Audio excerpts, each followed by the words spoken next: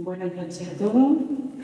Y bueno, en primer lugar, quiero agradecer la asistencia a todos los que estáis aquí esta noche con nosotros, en nombre de la Junta de Gobierno de la Hermandad de San Lorenzo de Cristo y Soledad de María.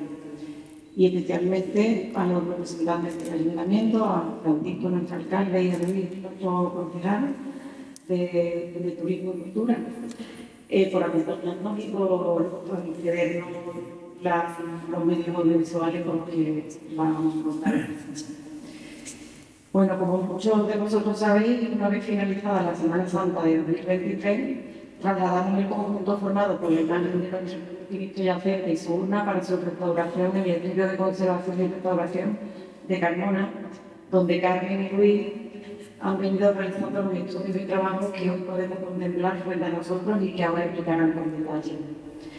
Ambos pertenecen a la primera promoción de restauradores de nuevo grado de conservación y restauración de bienes culturales por la Universidad de Sevilla en 2010-2014. Carmen Hermoso Manes es natural de Sevilla y tras finalizar sus estudios ha realizado numerosos trabajos en diferentes monumentos, tales como los Reales Alcázares de Sevilla, Capitanía, los mosaicos de las termas de Herrera, el artesonado del Palacio Episcopal de Málaga o las fachadas del rectorado de la Universidad de Sevilla, la antigua Tabacalera, entre otros. Actualmente lleva el estudio junto a Luis Paz de la Torre, natural de Carmona, quien tras finalizar sus estudios se encarga de la restauración del Cristo de la Buena Muerte del convento del Pozo Santo de Sevilla, así como de un lienzo de los ermitas de Sevilla, destacando la restauración del crucificado de la sacristía de la Catedral de Santa María de Carmona o la limpieza de la Virgen de la Paz de la misma iglesia. El estudio que dirigen se sitúa en la calle Miguel número 10 de la localidad de Carmona, por donde han pasado en los últimos años numerosas obras de arte de importantes artistas tales como la Inmaculada de la Parroquia de San Pedro de Carmona, obra de Martín de Andújar, una Inmaculada de propiedad privada de Duque Cornejo, un San Roque de 1670, varios lienzos atribuidos a Domínguez Pascual de los Servitas de Sevilla o un crucificado de Francisco Buiza de Lora del Río, que fuera el modelo para el Cristo de la Sangre de San Benito de Sevilla.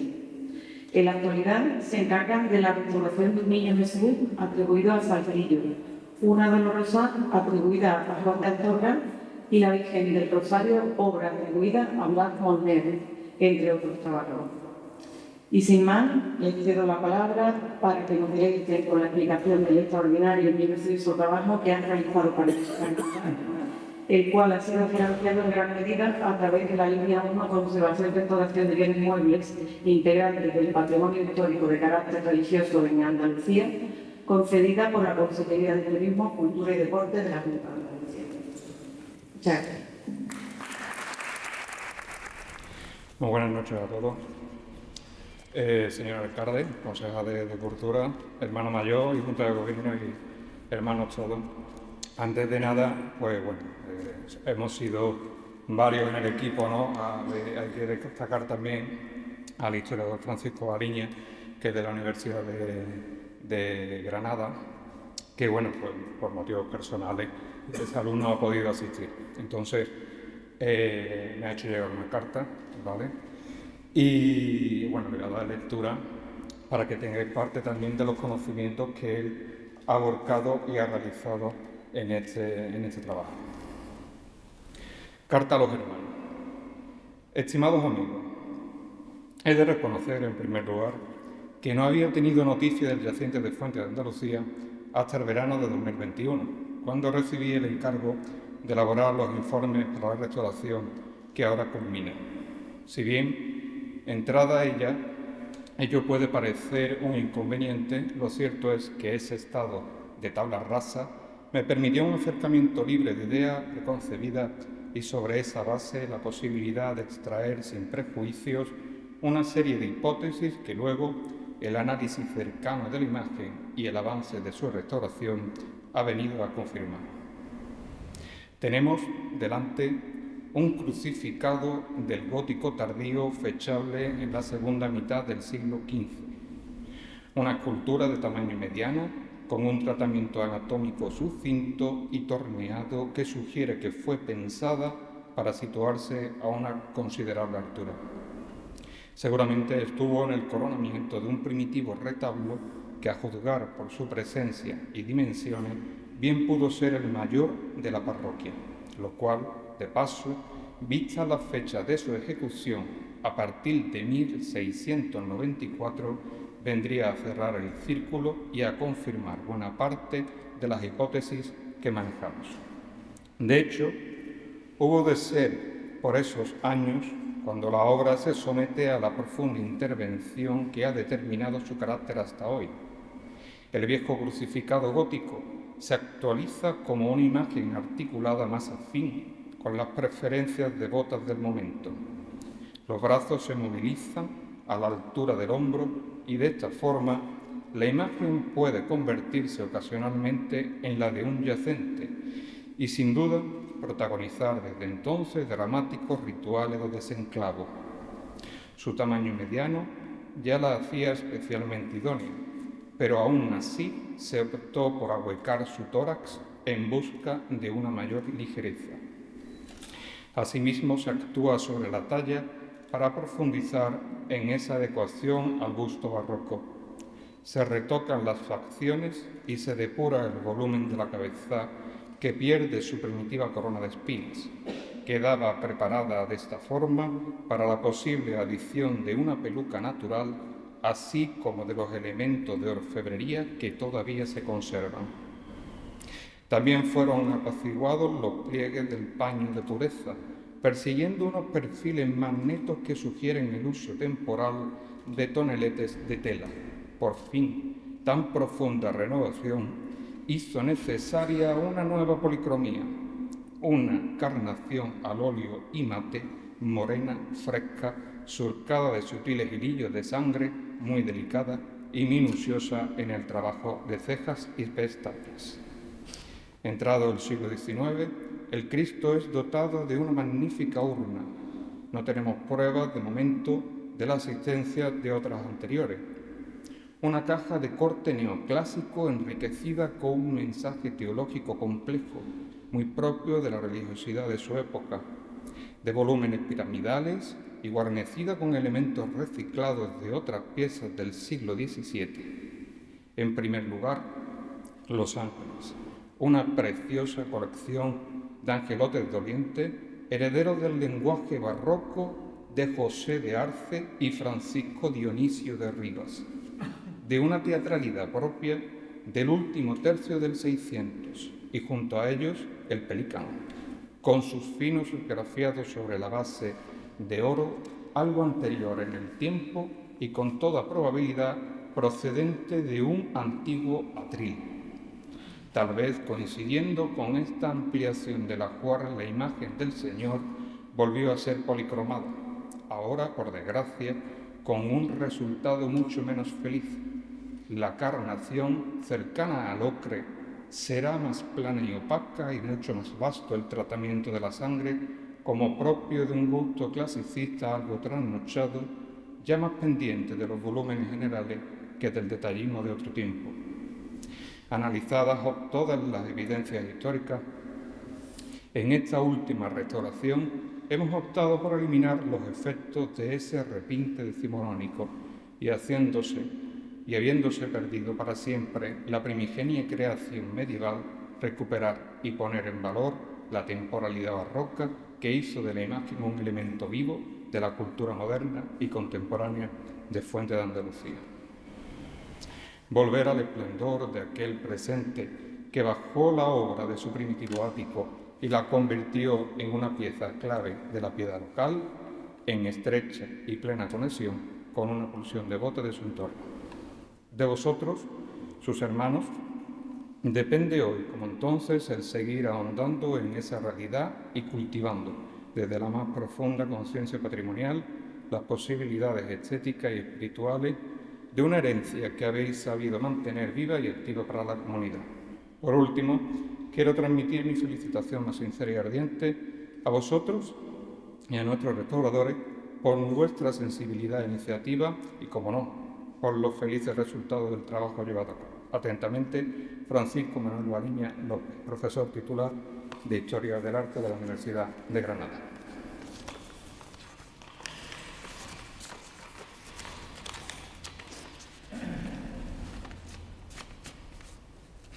Y ahora, en lo que concierne a lo que ha sido la restauración, vamos a ver en primer lugar las fases en las que se ha desarrollado la restauración.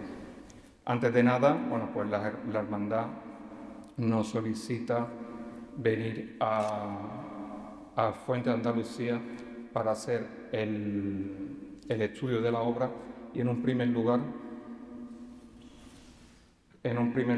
pues bueno, nos encontramos esta imagen de Cristo en su Santo Entierro, en el cual podemos ver, estas son fotografías realizadas aquí en el templo, como, al igual que dice el historiador, encontramos una policromía de la cual se puede decir que es tosca, porque es ocre plana y la sangre pues está hecha, digamos, a borbotones, ¿no? Como si fuera un trabajo un poco primitivo. Si en este caso veríamos los pies, una de las cosas que vemos muy habitual algunas veces en las obras devocionales son el desgaste que suelen tener en los pies por los besapiés o en las manos por los besamanos.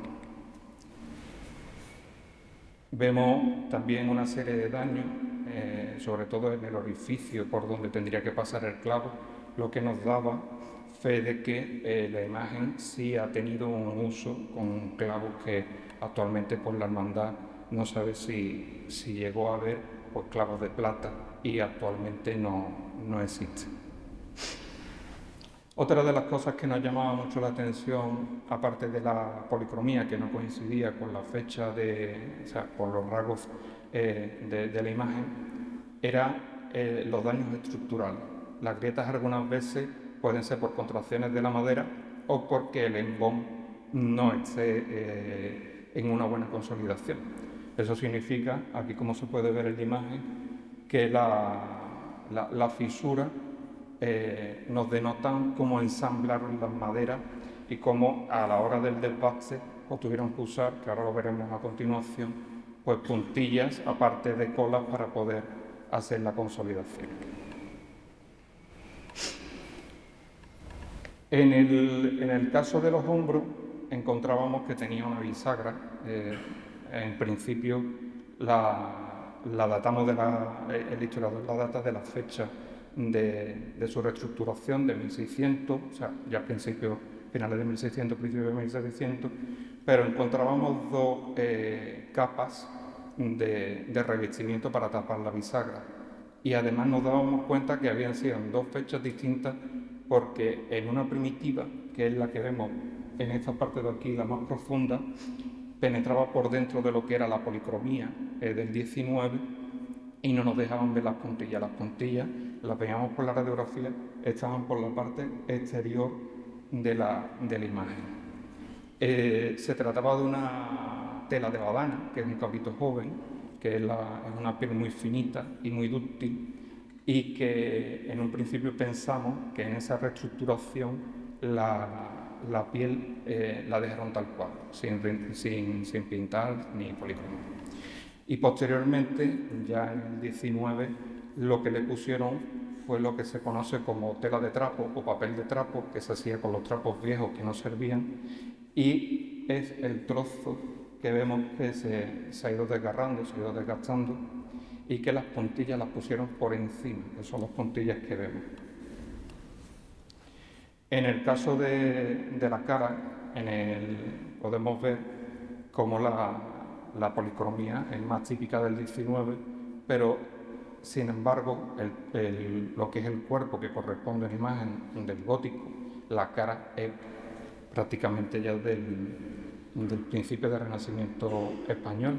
Y una cosa que nos llamaba mucho la atención eran las circunferencias que tenían al principio del pelo. Eso denotaba de que la imagen había tenido una corona de espinas y que había sido tratada para poder optar en el barroco a ponerle una corona de espinas de plata. Aquí se puede ver también cómo, además de conservar en el brazo derecho tanto la badana como el papel de trapo, por después le pusieron pergamino en la parte inferior de lo que es la sila para tapar lo que diríamos el eje de la bisagra que no se viera. Aquí podemos ver más imágenes de cómo tenía el tratamiento de la sangre, solamente con un pequeño depósito y una difuminación y lo que es el efecto de la gota. Nos llamaba mucho la atención, y hago hincapié en esta fotografía porque nos daba pie a pensar de que el Cristo puede tener hasta 3 policromías. Y es que en el paño de pureza la imagen se veía perfectamente que tenía un blanco inferior correspondiente a un blanco más de la época barroca, pero curiosamente tenía una capa amarillenta que nosotros en la restauración conocemos como oxidación de los barnices, pero el pigmento rojo, que sería la sangre, estaba por encima del barniz. Entonces significa que había un repinte del 19, una sangre añadida posterior, pero coincidente a finales del 19, principios del 20, y después vemos esta última capa más grisácea, que ya sería de mediados del siglo XX. O sea, que entre principios y mediados del siglo XX el Cristo sufre otro repinte. Seguramente al tener una gran cantidad de barniz, pues la pintura no agarraba bien y entonces insistieron un poquito más para que cogiera el color. Espérate, Luis, perdona. Vamos a ampliarla porque se puede montar en ventana. Y aquí Aprovecho de poder.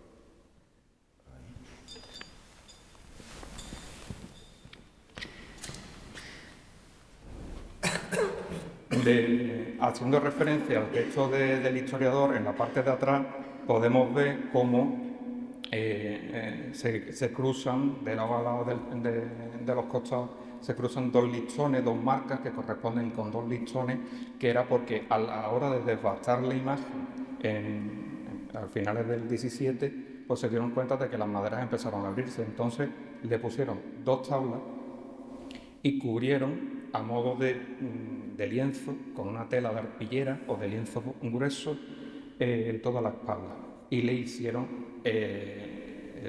la nueva encarnación. Esto nos llevaba a pensar de que podíamos tener un pequeño problema a la hora de la restauración, puesto que presentaba unas tonalidades totalmente distintas, y es que a lo mejor debajo no encontramos policromía original, o lo que podemos decir actualmente policromía del barroco, porque si así había sido devastada, original no encontramos nada porque no existía modelo. En el caso de la espalda, nos encontramos que el Cristo había sido brutalmente devastado y el historiador pensaba en un principio de que ese desbaste encuadrado podía ser de que la imagen estaba adherida a la cruz. A la hora de quitar la cruz quedó el desbaste, pero no hicieron nada por remediar ese daño. Dijeron que estaban en la espalda, pues no solventamos el problema. Lo que único que hicieron fue añadirle la cogida de un cáncamo cerrado, que además es gitano, hecho a mano, para poderlo colgar en la cruz y hacer el descendimiento. Aquí, por ejemplo, en la cabeza podéis ver perfectamente las marcas de la gubia, todavía en la parte, creo que veis el puntero. Sí. En esta parte de aquí veis cómo todavía se conserva parte de la corona de espinas, pero sin embargo toda esta parte de aquí tenía que continuar, tanto el tallaje del pelo, que es minucioso, y en el gótico mucho más fino, tendría que continuar la corona de espinas. Eso desapareció en un principio, por lo que ha dicho el historiador, y era que iba a ser colocada una peluca y luego la corona de plata. Este es el brazo izquierdo. Este es el daño que hemos visto antes de la espalda, y se ve perfectamente cómo la trama y urdimbre del tejido es en N, correspondiente a la época de finales del 17, y una capa gruesa, lo que nosotros denominamos yeso mate o yeso grueso, y luego la capa de sulfato. Aquí vemos todavía, esta es la parte superior, la parte baja de la cabellera, como la tela es claveteada, aquí se ven las puntillas, con puntillas gitanas a lo que es la madera de la imagen. Y aquí veíamos ya la madera vista y desbastada, que además estaba desbastada a modo de carpintería, no de imaginería con gubia, sino a base de formón.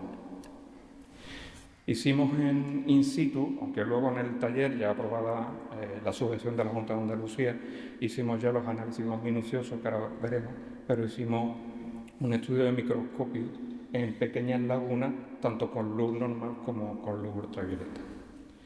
En esta imagen me hubiera gustado haber traído una comparativa, pero os explico. Cuando nosotros hacemos una fotografía de estudio de ultravioleta, las imágenes, si conservan la policromía original, se ven casi como al natural, o sea, se ven pálidas, se ven brillantes. Pero en este caso veíamos que la imagen era totalmente oscura, negra. Eso denotaba de que había muchos extractos de policromía. Ahora, después, en lo que es la radiografía, vamos a ver otro motivo. Esto, por ejemplo, en luz ultravioleta sí nos dice que las zonas amarillas son barnices, o sea, es la oxidación que ha tenido el barniz y que además es un barniz natural, no un barniz químico. Entonces ya datábamos que ese barniz tenía que ser anterior al siglo XVIII. Tal como hemos dicho, ahí solamente, no sé si se aprecia bien, aquí en esta parte de la frente es donde veíamos el mismo color amarillo que veíamos en el sudario. Eso quería decir que habían repintado en el 19, le habían dado una nueva encarnación, pero se la habían dado encima del barniz. Eso significaba que a la hora de limpiarlo nos podría asegurar a nosotros de que íbamos a rescatar o el 60 o más del 80% de la policromía. Aquí lo que vemos es la tosquedad de los pinceles, que no usaron lo que se conoce como tripa, sino que solamente a base de brocha, y veíamos los surcos de las pinceladas. Mandamos las fotografías de la platería que conserva los sellos a la especialista Cristina de San Fernando, que actualmente es doctora de la Universidad de Sevilla, para que hiciera el estudio, va en eso a la memoria, y sí nos dice que las potencias están realizadas en una orfebrería muy famosa que había en Écija, tanto la corona como las potencias. En la policromía del 19 pues, habían puesto pues, todo detalle, ¿no? Como en este caso es el pezón. Si luego se acerca ya a la imagen, vais a ver que la policromía del barroco no la conserva. En el caso de la urna, pues lo que encontramos es que la urna había sido diseñada pues, como un mueble de carpintería con ensamble a llaga, o sea, a espiga viva, y que además tenía poca puntilla. Por lo tanto, la madera había tenido una dilatación de verse vista inmersa en unos cambios bruscos de humedad y temperatura. Nos llamó mucho la atención de que la parte de abajo presentaba muchos orificios. Esto pues, nos puede decir de que estaba atacada por xilófagos y que, bueno, pues que había que hacerle un tratamiento distinto. Pero nos dimos cuenta de que iban en pares y en parejas, lo que quería decir que lo que había sido es grapada una tela durante tiempo y arrancada y vuelta a grapar, y eso había ocasionado esa multitud de puntitos, además de puntillas con alambre y otro tipo de sujeciones, pues seguramente porque tendría que tener algún tipo de faldilla porque no portase en algún momento el basamento, la peana inferior. Aquí vemos como todas las esquinas estaban rotas porque las espigas habían roto la caja. En el caso de la decoración, sí sabemos que eran tiras muy largas. El historiador dice que posiblemente fuesen tiras de algún tipo de retablo, que donde se usó aquí en Fuente de Andalucía, y lo que se dedicaron fue a cortar y a colocar. Entonces no le dieron importancia a que tuviese un orden y un concierto dentro de y se suscribiera perfectamente dentro del triángulo. Veíamos que faltaban piezas en este principio porque al tratarse de madera muy fina y además espino, pues por todos los nudos, si en algún momento ha tenido un roce, una puntilla o el nudo mismo de la propia madera, pues había saltado. En el caso de Los Ángeles, una de las cosas que nos llamaba mucho la atención era que presentaba un color marrón. Y es porque eso, cuando lo veíamos ahora en luz ultravioleta, es el mismo barniz que se usaba para las puertas a mediados del siglo XX. La mayoría, bueno, pues estaban mutilados y repuestos, las alas no correspondían unas con las otras, faltaban pies, brazos, dedos, había gran desgaste. Veíamos además que no eran correspondientes con la pieza. Aquí se veía que había gran acumulación de suciedad, dos tipos de policromía. La policromía más antigua era esta, tenía otra policromía encima y además dos tipos de barnices. Más de la mitad de los ángeles no presentaban alas, contando también con los 4 atlantes que van de pie. Aquí veis, por ejemplo, cómo el barniz del siglo XX pues cae en goterón, o sea, se aplicó para dar lustro, pero el barniz no generó otro daño más que el oscurecimiento de la imagen. Sí es verdad que hay que decir que el barniz ha hecho un factor favorable a la imagen, y es que ha servido de tensión, ha tensionado y levantó o estaba levantando la policromía del 19. Eso en parte era positivo o negativo. Si la policromía original estaba en malas condiciones, por ejemplo como en la espalda, el barniz tiró tanto del repiente del 19 como de la policromía original. Pero las partes delanteras, las partes frontales, las partes vistas que estaban mejor tratadas, la policromía está muy bien sujeta. Ahí vemos cómo en la mutilación de los brazos, bueno, pues para no perder la pieza se ponía una puntilla. Esto actualmente nos puede parecer un escándalo, pero gracias a eso, a lo largo del tiempo hemos conservado multitud de piezas que actualmente podemos restaurar. Aquí, como se puede ver, al igual que en el estudio de ultravioletas del Cristo, los ángeles estaban también oscurecidos, la oxidación de los barnices era muy grande. Aquí veis cómo aumenta el color amarillo, ¿vale? Es más, tirando como a marrones verdosos, y si lo hiciéramos en una puerta nueva, veríamos el mismo tono. Estos 4 ángeles que, bueno, la hermandad no sabía si iban en la peana, si iban en las esquinas, no tenían idea. En un principio se pensó que podían ser los ángeles hablantes de la antigua o primitiva urna de la imagen, o sea, servían de patas, y en el 19 pues o quedaron en desuso en sustitución de las bolas que actualmente tiene la urna.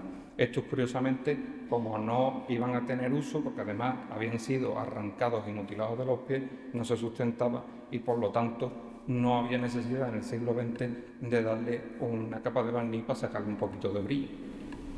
Entonces la policromía original estaba bien agarrada, pero la pintura del 19 estaba muy bien adherida a la policromía original.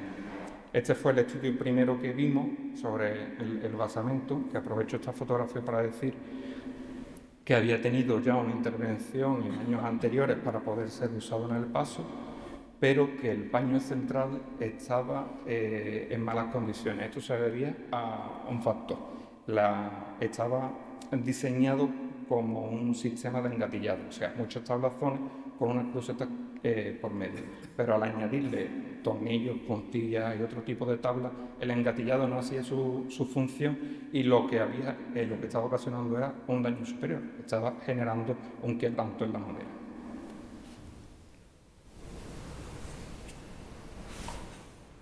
Vamos a pasar. Cierra eso también. Vale.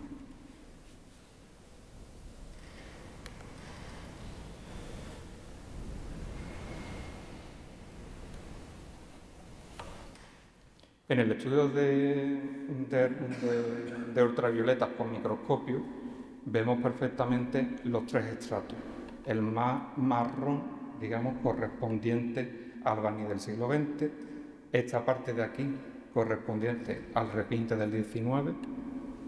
Después teníamos un barniz orgánico, o sea, un barniz de resina de árbol, correspondiente al del siglo XVII, y la policromía original, que además se ve perfectamente por microscopio porque el pigmento se trituraba a mano, entonces siempre generaba partículas más grandes y partículas más pequeñas. Entonces a la hora de pintar o de verlo en el microscopio se ven perfectamente esos estratos.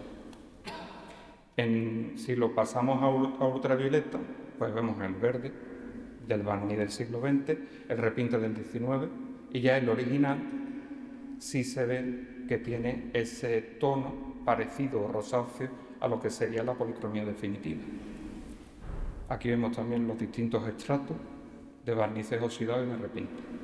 Y ahí vemos ya la fotografía original, vemos cómo todavía quedaban partes de repinte del 19 bien adherido, la policromía del 19, y gracias a que no habían limpiado la imagen en el 19, pues ese barniz había servido de capa de protección. En el caso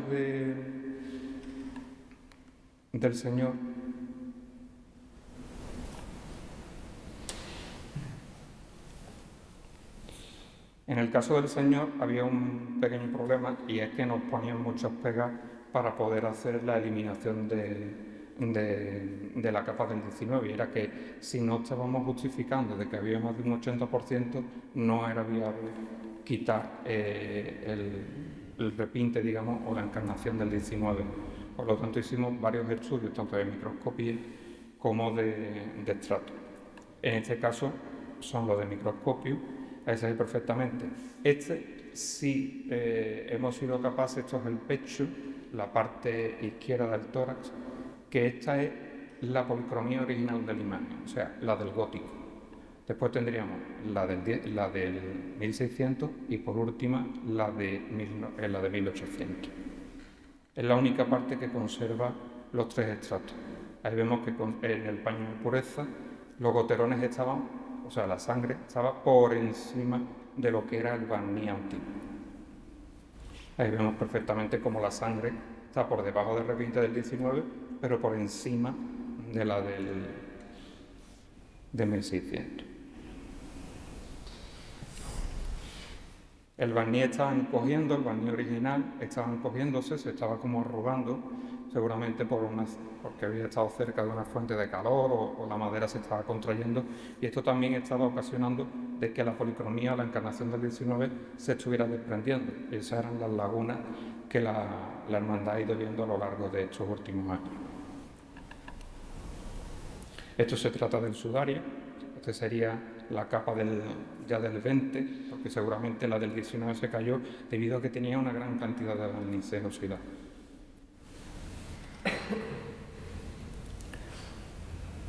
En este caso, pues la microscopía con luz ultravioleta lo que nos decía era eso, ¿no? Pues el oscurecimiento de la policromía del 19, y sin embargo conservaba como una pintura, una encarnación anacarada en la parte inferior con un barniz original.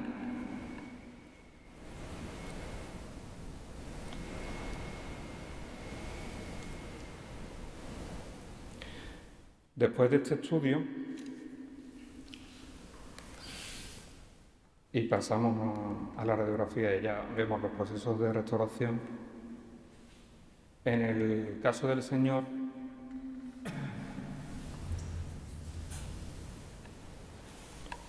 veíamos que tenía lo que estábamos justificando antes. Las puntillas laterales correspondían a puntillas gitanas, y algunas puntillas gitanas habían sido reutilizadas para las del 19, pero también teníamos puntillas modernas, puntillas del 19-20, en la parte de los brazos de haberle puesto más, o sea, el papel de trapo. Después el brazo, seguramente a la hora de despachar o de cortar el brazo, pues o que se hubiese desprendido en algún momento, el brazo se había roto, el brazo izquierdo, en 4 o 5 trozos, convirtiendo la madera en una granada. Entonces habían usado 4 puntillas para poder soldar toda la pieza, pero no la habían puesto pola. Entonces teníamos que ir eliminando esas puntillas para poder ensamblar la madera en condiciones. Las bisagras, como habéis visto, pues tienen una puntilla que es la más grande, que es la que llega aquí al pecho, eran de 12 centímetros. La madera, el hierro que vemos aquí son 2 clavos. Uno, el de la cogida a la cruz, y el otro, que lo vamos a ver ahora, es una lateral, que es este tan grande, que hemos calculado que mide alrededor de unos 27 centímetros, era la puntilla original en la cual se unía la cruz con la imagen. O sea, esa es la puntilla de la creación gótica, de la cogida seguramente al retablo. O sea, estamos hablando de una puntilla de una buena dimensión, una puntilla de viga. Hay falta, posiblemente hemos calculado más de la mitad. O sea, si tenemos en unos 27 centímetros, estamos hablando de una puntilla que tendría como unos 40 centímetros, por ahí. El clavo este, que la mayoría de las puntillas, después del estudio, se las hemos eliminado porque no estaban haciendo ninguna función, estábamos ocasionando además algún daño, pero nos llamaba mucho la atención esta puntilla porque no sujetaba nada, no servía para nada, pero era antigua, era del 1600, pero no se preocuparon en el 19, lo que hicieron fue poner el estuco por encima y ahí se queda la puntilla. Ya después la eliminamos la puntilla y encontramos que debajo de la puntilla había capa pictórica original. Las puntillas que vemos por la parte trasera fueron clavadas, cortadas las cabezas y empujadas para adentro, y esto era para el entelado del tejido del lienzo de la espalda. Ahí vemos el tornillo, se ve perfectamente que estaba hecho a mano. La mayor parte de la pieza está muy bien construida, no tiene puntillas de ningún tipo. Sí es verdad que hemos mandado un trocito de madera que nos haga un análisis porque la madera es una madera negra, por aquí no se encuentra ese tipo de madera y además pesa a metros cúbicos, o sea, la capacidad o la cantidad de madera pesa muchísimo, o sea, que es de una alta densidad. Aquí vemos cómo el desbaste de la madera, ¿vale? Y las tramas se ven perfectamente, y donde falta el yeso o el sulfato, pues no vemos nada. O sea, esto era otro factor que nos decía que había capas pictóricas debajo. A mayor blanco, más cantidad de blanco de plomo, más cantidad de policromía ha tenido. Hay que tener en cuenta que las policromías del 19 ya empiezan a sustituir el blanco por el blanco de plomo, lo dejan de sustituir, lo dejan de usar por el de blanco de titanio. Ese en la radiografía no se ve tan fuerte o prácticamente no se ve. Esto nos decía que sí estaba usándose blanco de plomo, y esto significa que era de principios del 19 la encarnación que se había hecho o que se había cometido sobre la imagen.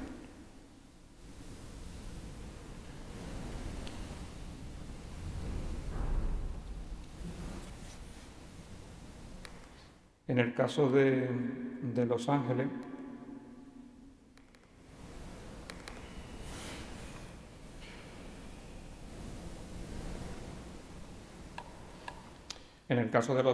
las únicas puntillas que encontrábamos eran puntillas modernas, puntillas que se habían usado para clavar los miembros que se habían desprendido o roto, y las alas, pues seguramente las alas estarían constantemente cayéndose, y lo que hicieron fue, pues, ponemos una puntilla nueva. Al final se rompía la cabeza de la puntilla, se caía el ala, pues en vez de sacar la puntilla ponemos una puntilla más. Y vamos acumulando puntillas, y llegábamos a tener una gran cantidad. En el caso de los grandes es muy curioso como en la radiografía se ve como este 8, y ese 8 coincide con la unión de las dos alas, o sea, que Los Ángeles habían perdido las alas, o las alas de Los Ángeles Atlantes eran los que tenían Los Ángeles que estaban en la parte superior de la obra. Vamos a pasar a los procesos de restauración. Si en algún momento queréis preguntarme algo, nada más hace falta decirlo.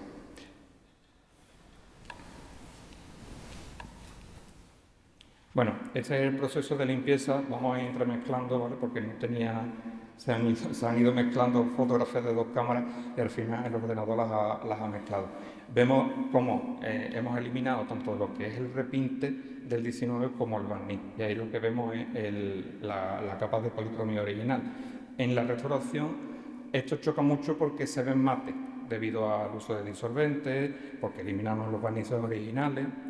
Esa es la cata que hicimos en uno de los atlantes para descubrir la policromía original. Es verdad que tanto Los Ángeles como la imagen del Señor se han usado pocos disolventes, porque la limpieza ha sido totalmente mecánica y se ha hecho todo a punto de bisturí. Aquí pues estábamos comprobando que esto le llamaba mucho la atención al historiador, como el tratamiento del pelo en el 19 es muy parecido al de los belenes italianos, así a pelo suelto y poco más. Pero sin embargo, en la policromía original lo que vemos son pequeños caracolitos muy bien tratados, un pelo muy fino. Eso denota, él lo acercaba al principio al taller de Roldán. Piezas muy parecidas de Luisa Roldana se encuentran en la Escuela de Cristo de Sevilla con el mismo tratamiento de pelo.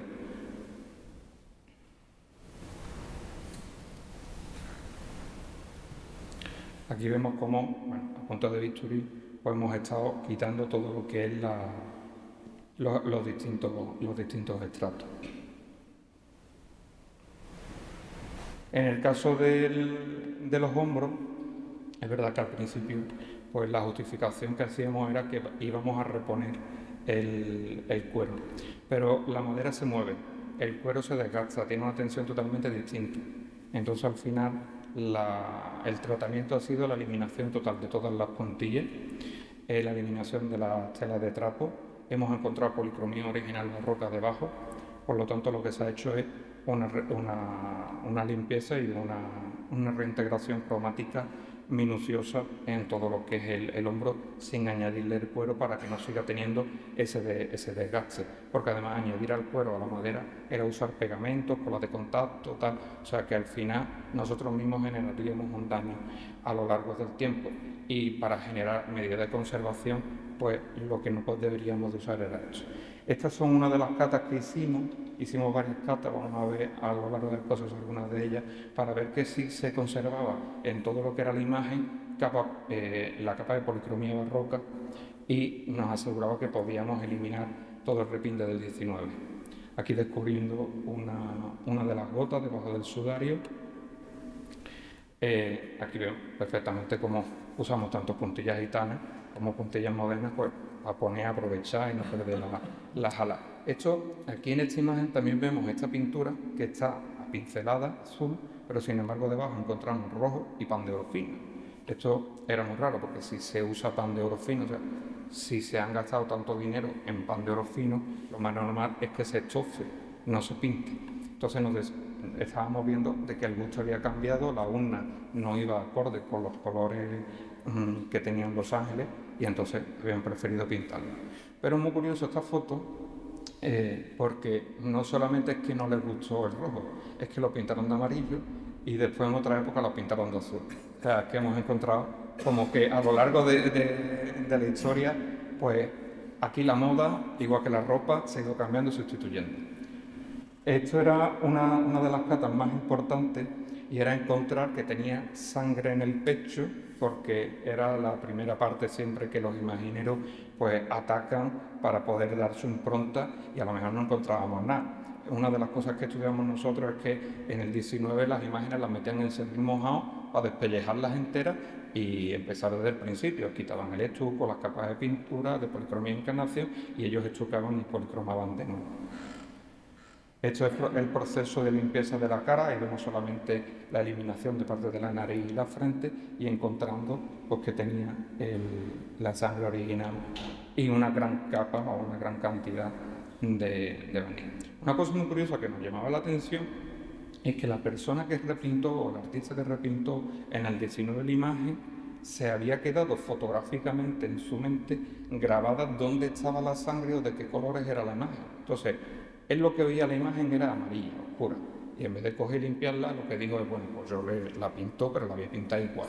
Entonces puso los mismos colores, puso la sangre prácticamente, hay algunos puntos donde coincide la sangre del 19 con la sangre del 17, y eso significaba que lo tuvo que hacer una persona o con una buena memoria fotográfica o cercana a la hermandad o de dentro de la hermandad, que le diera ese nuevo lustro a la imagen. Aquí vemos una de las fotografías que ha sido más llamativa, ¿no? Porque se veía perfectamente cómo conservaba todos los frescores y verdores de esa encarnadura que le da la sensación de muerte, ¿no? De esa piel podrida típica de los Cristos yacentes. Aquí vemos una fotografía de la mitad de intervención, la mitad limpia y la mitad todavía con el repinte del 19. encontrábamos que el pelo era rojizo, pero bueno, rojizo debido al efecto de los disolventes. Sí tuvimos que usar disolvente ahí porque la capa pictórica ahí no se conservaba apenas barniz original, había sido desgastada por el uso de la peluca, por el uso de los elementos metálicos, y entonces la pintura del 19 había agarrado muy bien en el estuco. Ahí vemos la cara, que además se ve perfectamente eso que desea el historiador, ¿no? Hilillos de sangre muy finas, un tratamiento vasto de sangre con un gran detalle de pestañas y cejas.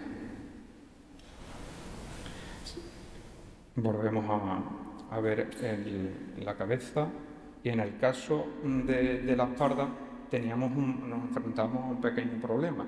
Teníamos la policromía original en la espalda, encontrábamos que en el tejido, en el lienzo había policromía original, pero no podíamos ir con punta de bisturí, puesto que la tela estaba muy debilitada.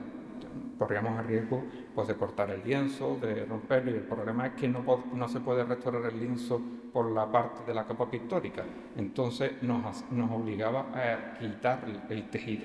El problema es que la policromía original, la policromía del barroco estaba por encima de la tela, o sea, la tela está claveteada como a mitad del costado, aunque el hueco que ocupa originalmente la tela es una parte muy estrecha de la espalda. Las piernas, eso sí, creemos que pudo ser el motivo por el cual se repintó, y es que no había prácticamente policromía barroca, había sido desgastada, habría sufrido algún tipo de inclemencia pues, de agua o algún trato indebido o algo, que en la pierna la única policromía original que encontramos es la que ve. Nosotros siempre vamos por rectángulos o siempre vamos por zonas muy delimitadas, y en este caso veis cómo hay unos pequeños flecos, cercos. Eso era porque era la única parte que la punta de bisturí eliminaba. El resto hubo que gelificar disolventes, porque ni los propios disolventes eran capaces de eliminar el repinte del 19. Había que intensificar su función y llevarnos incluso con aplicación de geles de 10 y 15 minutos. Veis perfectamente cómo en la mitad de limpieza, pues en uno de los lados conserva la marca del pezón de la encarnación del 19 y en la otra no. Parte del pie, la limpieza. Aquí ya tenemos los ángeles limpios con los paños limpios totalmente, y aquí fue donde ya empezamos a hacer la reconstrucción volumétrica. Le faltaba pues pies a la mayoría, o dedos, o brazos, y entonces lo que se ha hecho es una mímesis a través de pequeñas espigas de madera y una reconstrucción de pasta de madera de bicomponente, que es totalmente reversible siguiendo el criterio de la UNESCO. Una cosa que nos enseña esta imagen, y así un hincapié también, porque los niños, los angelotes, tienen su disposición exacta en la urna, y era que habían sido amputados parte de su ropaje. Estos niños son el mismo, aunque tengan movimientos distintos, pero esta parte de aquí, lo que es el paño, uno lo tiene, el otro no. Esto significaba que este podía ir en la esquina, este tenía que ir o en el frente o en un lateral, si no, chocaba. Entonces eso ya nos iba marcando dónde iba a ir cada uno de los ángeles. Los ángeles, los que denominamos atlantes o ángeles dolientes, también encontramos la policromía original, en este caso el estofado de los paños de pureza es verde esperanza, pero no tenían los pies. El historiador no sabe si fueron arrancados de un retablo o de la urna antigua.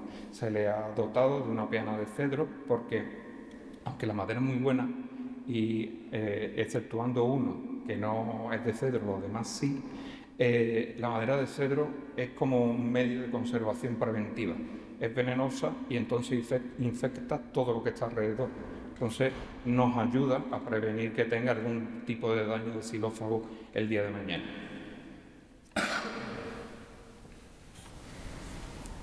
En esta fotografía, bueno, el procedimiento de eliminación de repinte y vamos encontrando los verdores.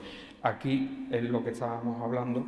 Este daño que presenta el lado del costado izquierdo del señor, pues ahí fue la única zona donde en estas lagunas encontrábamos la policromía gótica. lo que se ha hecho es que se ha documentado muy bien, se ha hecho una capa de protección y sobre esa capa de protección se ha hecho la reintegración mimética y de criterios de restauración para que, hombre, que la imagen no tenga, al final, no, es una imagen devocional y la imagen tiene que ser dispuesta al culto y al espectador, ¿no? Al devoto. Entonces no podía tener el estudio. Si fuera por museo, pues se deja delimitada esa zona para que se haga el estudio los historiadores de qué era o de qué colores era en el gótico, en el barroco o en el XIX.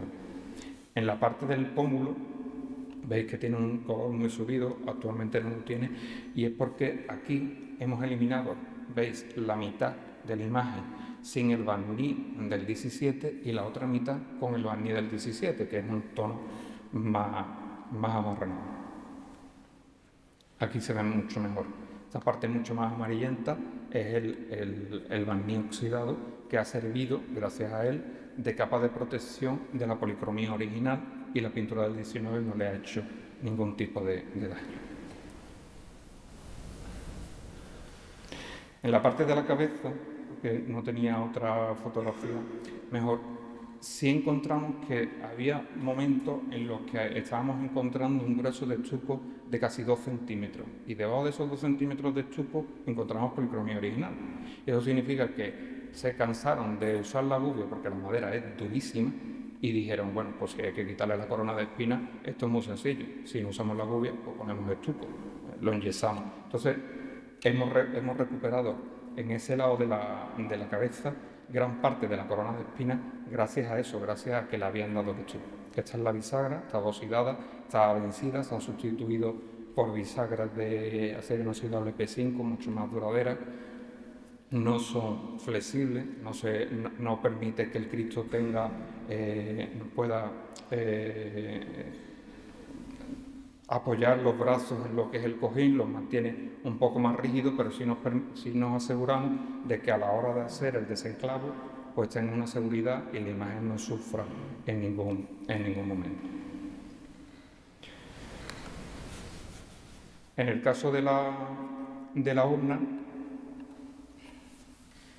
la urna presentaba dos tipos de daño. Uno, necesitaban conservar la urna tal como se concebía, entonces se usó todo lo que estaba a disposición para no perder ninguno de los elementos ornamentales de la imagen. Entonces, pues ponemos una puntilla con un alambrito, le añadimos un poquito de silicona caliente, un poquito de silicona fría, se nos rompe el cristal, le ponemos un poquito de superglue, sustituimos las pestañas antiguas por puntillas, las puntillas rompen el cristal, le ponemos un quillito. Es un resumen. Ahí vemos, por ejemplo, que si la pieza está muy bien pegada, no la podemos quitar, pues como prevenimos de que ese trozo se caiga a la procesión, porque ponemos un poquito de silicona caliente y ya ahí no hay problema. Aquí se ve perfectamente cómo había perdido los junquillos o el sistema antiguo, que eran unos pequeños triangulitos de chapa que servían de kitipón, se iban doblando, ahora vamos a ver uno, y después además esta pieza se caía constantemente, bueno, pues le ponemos un poquito de superglue y ahí ya no se cae. Que la pieza se ha caído, no sabemos dónde va, pues ahí en la esquina, tapando un hueco, ¿vale? Todo el gran problema no era esto, porque esto ha sido la salvación de la urna, porque otro hubiera dicho, otro cacho que se ha caído, que lo hemos visto en otras restauraciones, y al final las urnas quedan, bueno, en este caso porque es la urna, pero si hubiera sido un retablo, pues retablo desmembrado. Si se cae la cabeza de un querubín, por querubín al fuego de la basura o a la leña porque hace frío, ¿no?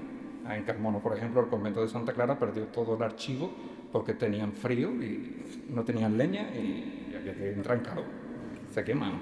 Entonces hay que decir de que no podemos ver con los ojos de la maldad de que esto está mal hecho. Tenemos que decir de que está hecho por un motivo, para que no se pierda. Ahora hay que hacerlo bien. Bueno, gracias a Dios, como podéis ver, gracias a esto, pues se conserva el 100% de la obra. Estos son los junquillitos que he comentado, que había que ir poniendo. Una cosa muy curiosa, bueno, esta es la chapita que os he hablado, esta es la primitiva chapa que sujetaba los cristales. Una chapita que se clavaba, se doblaba, se quitaba y se ponía. Los cristales sí han sido sustituidos por cristales nuevos porque solamente originales quedaban 4 y habíamos estado viendo de que, bueno, que tenían burbujas porque los cristales antiguamente, bueno, pues se estiraban, entonces generaban una serie de daños. Son muy bonitos, pero es que van a tener una durabilidad de 2 años, 3 años, 1 año. Si hace frío, coge la madera tal, revienta el cristal. Entonces, como nos exigen dar en la restauración una conservación preventiva, pues era inviable poner los tornillos, los cristales antiguos. Aquí lo que vemos son puntillas.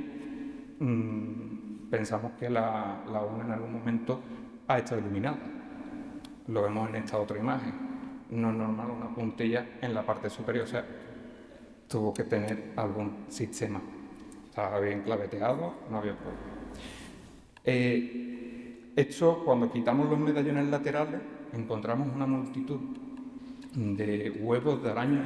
Esos son, digamos, los huevos donde meten los 100, 200 huevecitos las arañas para que críen ahí, ¿no? Entonces, pues habíamos comprobado que aparte de limpiarlo, cuando estábamos con la restauración tanto de la urna como del Señor, el Señor por dentro también había sido atacado por las arañas debido a que la parte de atrás de la imagen pues faltaba tela, la araña entra, el bichito entra y ahí anida. Toda la parte de dentro del Señor también ha sido limpiada y prevenida con un producto antisilófago de Paraloe, sobre todo para que si hay algún tipo de ataque de algún tipo de insecto, bueno, pues no genere un daño. Está el bichito, pero no genera ningún daño.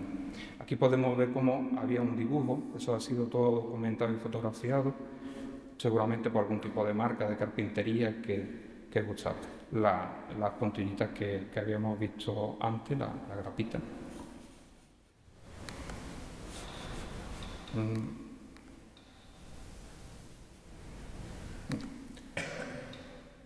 No se han subido las fotografías Tenía fotografías, pero han desaparecido del procedimiento de restauración. Bueno, explicando un poco, en el caso de la restauración de la urna, he explicado lo que tenía, lo que le pasaba. La urna, una de las cosas que se ha hecho es casi desamblarla entera. Eso ha sido lo más costoso, porque presentaba multitud de daños. Y después tenía unas puntillas muy raras colocadas, gracias al trabajo que ha hecho los hermanos Roldán de carpintería, pues ha conseguido eliminar las estructuras de la parte inferior, reconstruir el engatillado para que no se siga rompiendo las tablazones. Se ha puesto todo lo que es las nuevas espigas y cajas de las esquinas que permiten el ensamble. Hay que decir que no se han colado en su justa medida, porque la madera hay que permitirle que tenga su movimiento porque es un ser vivo. Respira y coge agua y humedad como cualquier otro ser vivo, ¿no? Entonces tiene una serie de dilataciones de encogimiento y todo lo que es el sistema estructural se ha sustituido por madera de cedro y de hirauco. En las partes más estructurales o que soportaban más peso, pues se ha puesto hirauco, y en las partes que no tenían que enfrentarse a ninguna resistencia estructural se ha puesto cedro para prevenir que la urna tenga en un futuro algún ataque xilófago, porque toda la urna está realizada en piña. Quería que tenía fotografía del pelicano, pero no tengo ninguna. Hay que decir que, bueno, esto ha sido la base de la restauración, y hay una última cosilla, una última fase a la que vamos a hacer hincapié, y es la conservación de la obra, ¿no? Hemos hablado de la restauración y ahora vamos a hablar de la conservación. La obra va a estar en un monumento, en un edificio antiguo que tiene una temperatura y una humedad relativa muy personales y que tienen que estar muy bien estudiadas. O sea, hay que estudiar perfectamente lo que es la imagen. ¿Qué hacemos con ello? Pues hay que hacer un seguimiento de la obra para que no tenga ningún tipo de problema. Sí se le ha atribuido a la pieza todas las propiedades para que pueda perpetuarse en el tiempo, y todas las restauraciones han sido debidamente tratadas para que no tenga velaciones ni cambios bruscos de de radiaciones ultravioletas, que se pongan los barnices amarillos, pero hay que hacer un seguimiento de la imagen. También tenemos que tener en cuenta de que la imagen es un yacente, todos los yacentes al estar en horizontal tienen un ondaño, soportan un daño más a la hora del polvo, a la hora de cualquier tipo de suciedad superficial, son las imágenes que más sufren. No sé si tenéis alguna pregunta, pero por mi parte lo único que quiero dar las gracias a la hermandad, también a Ana, que ha sido la que ha hecho el seguimiento del imagen constantemente, hemos estado en contacto directo. Y bueno, gracias a que la hermandad apuesta por la conservación y la restauración, pues yo creo que hemos recuperado una obra importante para Fuente de Andalucía, que la hermandad ha puesto en valor y que bueno, pues podremos disfrutar este año en la próxima Semana Santa, si Dios quiere y no nos llueve. Pues muchísimas gracias.